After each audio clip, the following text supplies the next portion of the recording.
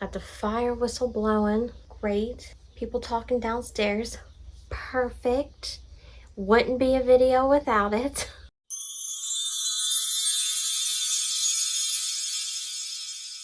Hey guys, welcome back to my channel. My name is Katie and today I am doing the mid-year book freakout tag. I think that's how you pronounce it. Every year I pronounce it something differently. I'm pretty sure I've done this twice already on my channel. I am doing the mid-year book freakout tag. I'm pretty sure that's what it's called. And in today's video, we're doing the mid-year book freakout. I'm pretty sure that's what it's called. I'd advise you not to go back and watch those videos because they're probably a sight to see. I don't even go back and watch my old videos. You know, lighting, setup. It's been a journey. But if you're unfamiliar with the mid-year book freakout tag, basically, I can't remember who started this tag, but it's been going around for a while. And basically, you just talk about like the best books of 2023 or whatever year you're doing it and the worst books. And there's 14 questions, so I'm just gonna run through it. I did not grab books off my shelves. So pick me, choose me, love me. But there will be pictures because we all know. If you're not new, you know that I have piles of books and it's a thing. If you're not new, I have no shelf space. So that's basically the long story short. So we're just going to get into this tag and I will leave all the questions down below. If you want to do it, I tag anyone who wants to do it as well. So let's just get started. The first question is the best book that I've read of 2023 so far. And for this one, I had two because I couldn't really choose between the two. So I chose The Choice and I chose The Words, both by Ashley Jade, both in the same universe. I loved those books. I read them at the beginning of the year. I loved them. I read The Choice first and then I went into The Words. You could read either. A lot of people read The Words first and then The Choice. I just read The Choice and then The Words. Both are dark, they're not dark romances, but they have dark themes in them. The Words is a rock star romance and The Choice is, how do I explain The Choice? The Choice is more of a young adult romance, like I Saw Her First type of thing. I've talked about both of these in length on my channel and they're both well known, so like I'm sure you guys probably know by now. But yeah, those are like the best books. I mean, there was a lot of good books that I've read so far this year, but none that have like stuck out to me. But yeah, like those books are the ones that I continuously go back and think about and ones that I will recommend to those who like ask for recommendations. So like those two are the best that I've read so far this year. Well, not even the best. See, this is so hard. I hate this tag because it's so hard. But yes, we're just going to stick with those. I'm going to stick with those. Okay, the next question is the best sequel I've read this year. And look, I start a lot of series, but I do not binge series. So I have started in this year the Off Balance series, the Cloverleaf Farm series, the Element series by Brittany Cherry. I feel like there's more. No, is that all the series that I started? And I have not read a sequel for any of those yet, except for the Element series by Brittany Cherry, which I am in the middle, like almost completed. I'm like a third of the way. It's right there. It's sitting right there. It's looking at me. It's like, read me. And I'm like, I know, I need to. But that's the only sequel that I've read this year. I don't read sequels. I don't binge books. So I'm going to go with the book that's technically not the sequel, but it's still in the series. So for that, I want to go with Highest Bidder. And the only reason I'm picking this is because it's the only one that fits, okay? It's technically book 5 in the Salacious Players Club series, but it's what we're going with because it's in a series. So in this book, we are following Ronan and Daisy. Daisy is a waitress at the Salacious Players Club, and Ronan is one of the clients. Daisy is like 20, I want to say she's 21, and Ronan is 54. So I'm pretty sure it's like a 33-year age gap, which is the biggest I've ever read, I do believe. And this was good, but it wasn't like my favorite. Nothing will ever beat praise for me, and I think that's my problem. Like, I always go in like with the expectations and the high standards that praise gave me, and no book has done that yet. No other age gap has done that for me. So this was just like a four. I think it was 4. I gave it a 4 stars, but it was still good. It just wasn't my favorite in the series. Next is a new release I have not read yet, but want to. How about just like every single one? Okay, there's something you need to know about me. I don't read new releases when they're released. I read them like a year later because I am just a day late and dollar short with everything. But one in particular that I would like to read, and it's actually right behind me because I haven't put it away yet. But it's a somewhat new-ish release. It's King of Pride by Anna Huan. I'm pretty sure this came out in either April or May, so it's still good. Like, it's still technically a new release. But this is book 2 in the King of Sin series, and we're following Kai and Isabel, I think, in this one. I can't remember her name. But she's a bartender at his like society club, and he is a member there, so there's like a difference in class. But I'm just excited to read it because I really enjoyed King of Wrath, which I read earlier this year. So, this could also be a sequel if it's good. Oh my gosh, look at me reading a sequel. Who is she? I don't know her. Next is most anticipated release, and I really don't have any. Like I said, I am not one to read a book as soon as it's released. So I know of books coming out, but I'm not like itching to get them. So I know book 3 of this will be coming out. I know Melanie Harlow has a new book coming out soon, and there was someone else. It just slipped my brain.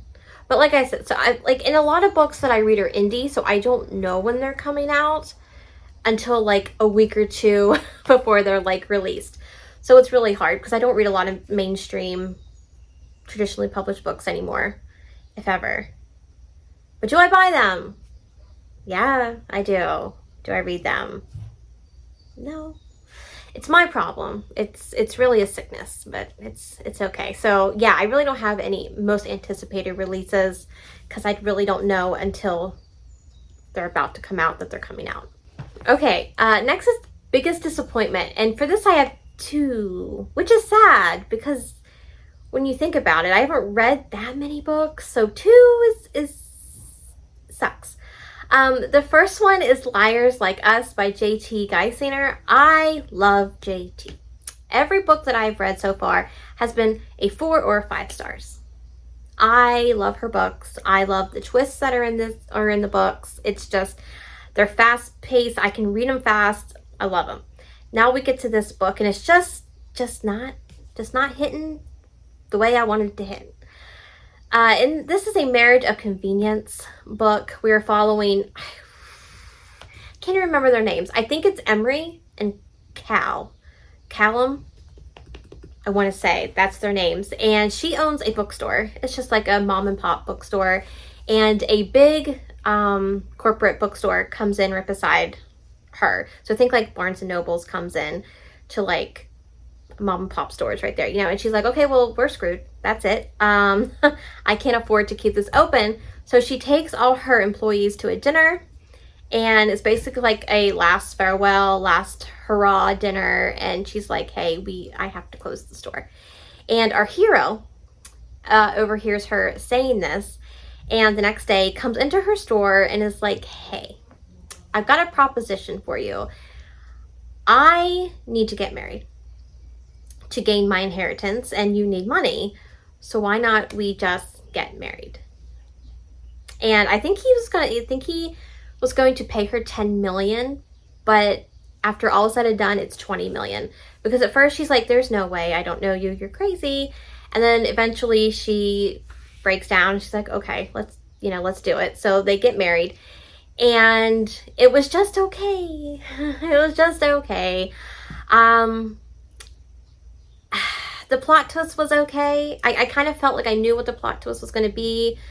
So it wasn't like, I so expect a JT book to like plot twist the the heck out of me and make me shocked. Like when I read Perfect Strangers, I loved it. It was incredible. So shocked. It wasn't like shocking, but like it was a wild ride for me. And then when I read Pen Pal, I knew the twist, but I still gave it 4 stars because I love the book.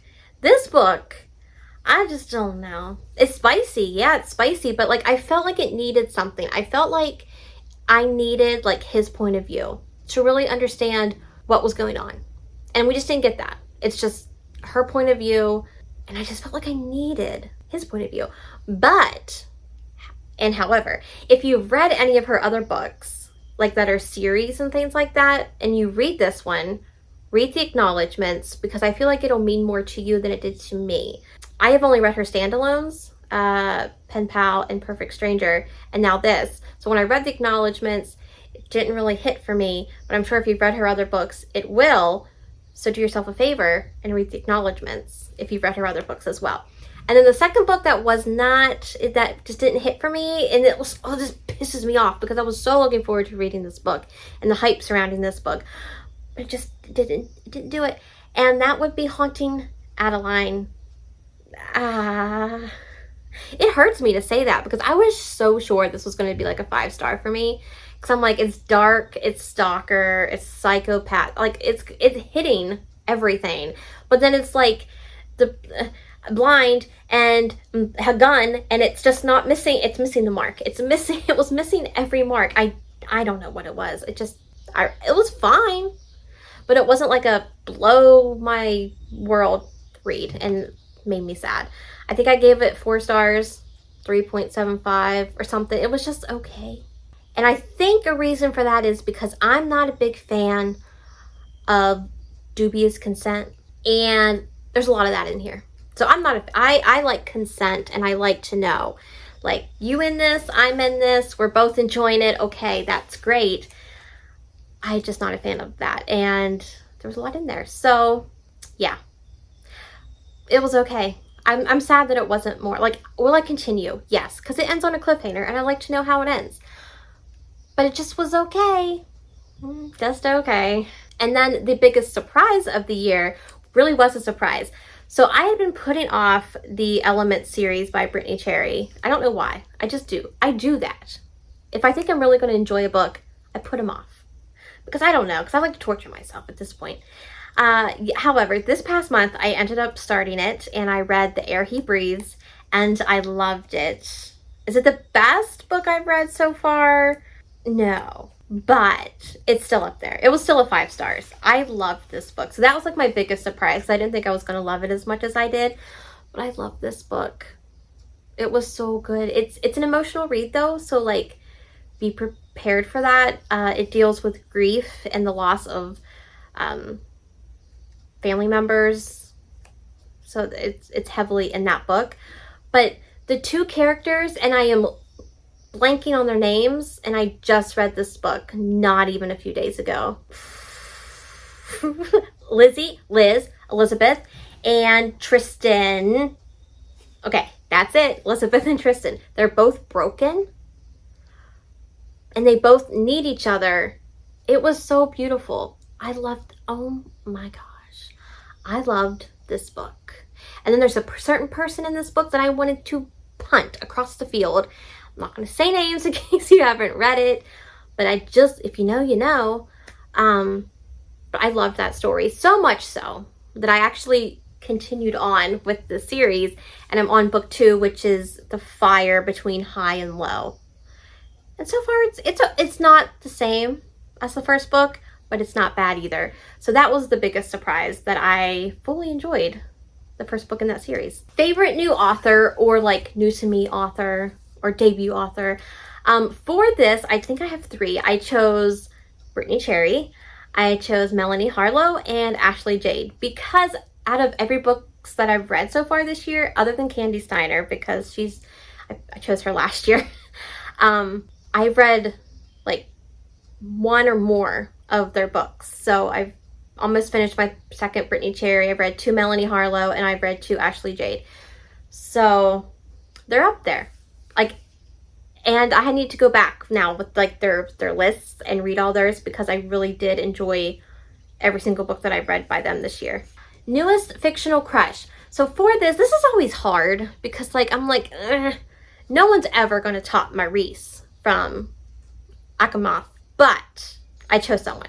And for that, I chose Noah Becker from On the Rocks by Candy Steiner. It's a small town romance. I don't even think I've talked about it yet on this channel. I just read it back in May. But he works at a winery, and the series follows him and his 3 other brothers. But like Noah will do anything for you. Like if you tell him a dream, he's going to do anything to make it happen. And I just fully stand someone who's that supportive in a relationship. Like he wants to make sure you succeed. He wants to make sure you get your dreams. And I am all for that. So he's definitely up there with the book boyfriends now. Next is newest favorite character, and I really don't think I have one. I don't think I have like a favorite new character, which is sad. But like no one's sticking out to me. I enjoy a lot of characters that I've read, but none that are like, yeah, that's my new favorite, because I don't really care. I'm more like, oh, okay, you're my new book boyfriend. That's really what I always care about. So like the females are fine, but like, you know, the only one that's really coming and like sticking in my head is Kova from Off Balance, or like the, you know, the Off Balance series. So maybe him, but like he could even be a book boyfriend at this point. But I don't think I do have a favorite character. Same thing with the next question, book that made me cry. None of them made me cry. Not this year yet. A book that had me in my feels would be The Air He Breathes. I keep pointing over there because that's where the book is. I'm so sorry. You can't see it, but it's over there. The Air He Breathes by Brittany Cherry and On the Way to You by Candy Steiner are both books that you may cry if you read them, but they're the ones that had me in my feels the most. And they're like the most, well, it's not even the most emotional book I've read, but it's up there. Like the most emotional book that gave me like a physical, was The Choice at the beginning of the year, because I just wanted to punch someone so bad in that book. That gave me like my most visceral reaction. A book that made me happy this year was Runaway Love by Melanie Harlow, because it's just a cute summer read about a bride who ends up leaving her dirtbag groom at the altar and ends up getting a nanny gig for a single father in town. And it's just a fun read. It was just a fun, quick, cute, spicy, summery read that if you enjoy Melanie Harlow or small town romances or single dad romances or any other trope, I think that you would enjoy it as well. So yeah, that one definitely made me happy. Next was the most beautiful book that I've received this year or bought, and guys, I can't get them. There's a lot. I love the Dark and Quirky Confidence of Wildflowers set. I love that. I love my Dark and Quirky Heartless. I love, what else? I can't remember what I bought this year. Am I that bad? There's more. I know I've bought the Mystic Box of Jennifer Hartman's Lotus and Still Beating. So like probably those. I would say those are probably like the most beautiful, but they're all scattered. So pictures will be up for you guys to see. What books do I still need to read by the end of the year? That's a dangerous question. And I'm going to do a cop-out and just say what everyone else has said so far that I have seen. And that is all of them. All of them are what I need to read. Like I never want to put like a deadline on myself to be like, you need to read these by the end of the year, because that just won't happen. But all of them, that's my answer. Every year that's my answer, and every year it's going to continue to be my answer. And then the last one is favorite book to movie adaptation. I am patiently waiting for It Ends With Us. Like I am patiently waiting for that movie. Okay? I'm ready and I need it. But since I don't have that, I only watched one book to movie adaptation. It wasn't even a movie, it was a TV show. I watched, and I didn't even finish. I'm lying to you all. I started Daisy Jones and the Six, and I never finished it. But that's not due to how, like, if it wasn't bad or anything. It's just me. I just don't finish things. Unless it's, like, because I was watching it as it was coming out, and that was my downfall. I just needed to wait until it was all done, because I like to binge series on TV, not in book form. I can't do that. Don't know why. But TV, I can binge no problem. Like right now, I'm binging Sons of Anarchy. It's got me in my motorcycle feels, so I'm going to need some motorcycle romances like soon, because Jax can get it. And that's why that's all my mind's going to right now is Sons of Anarchy. But yeah, so the book to movie, Daisy Jones and the Six, but I'm still patiently, I don't know how patient I am anymore, where it ends with us. I don't even know when we're getting that. This year, next year, I don't know. But I'm still very excited. But yeah, that is the mid-year book freak out tag. Like I said, I will leave the questions down below so you can answer them as well if you would like. And if you have a channel and would like to do this tag, I tag you to do it as well if you haven't already. But let me know down in the comments what you thought of this tag, what you thought of some of my answers, or if you don't want to leave me a comment but still want to let me know that you were here, leave me a motorcycle emoji, because I was just ranting about Sons of Anarchy and Jax from that show. And any motorcycle stuff right now gives me all the feels. But I hope you enjoyed this video. If you did, be sure to give it a thumbs up and consider subscribing if you're new and would like to join the family. I would love to have you. My social media is linked down below as always, my Goodreads and my Instagram, if you want to stay more up to date day to day with what I am reading and my non-exciting life. That's just how it is. But I hope you have a great day, and I'll see you all in the next one. Bye, guys. La la la, da, da, da, da. Or the ones that I like will continuously go to and recommend. Rude. Like, it's only 15. It's only 15 through that street. You do not need to be going 50. Go away.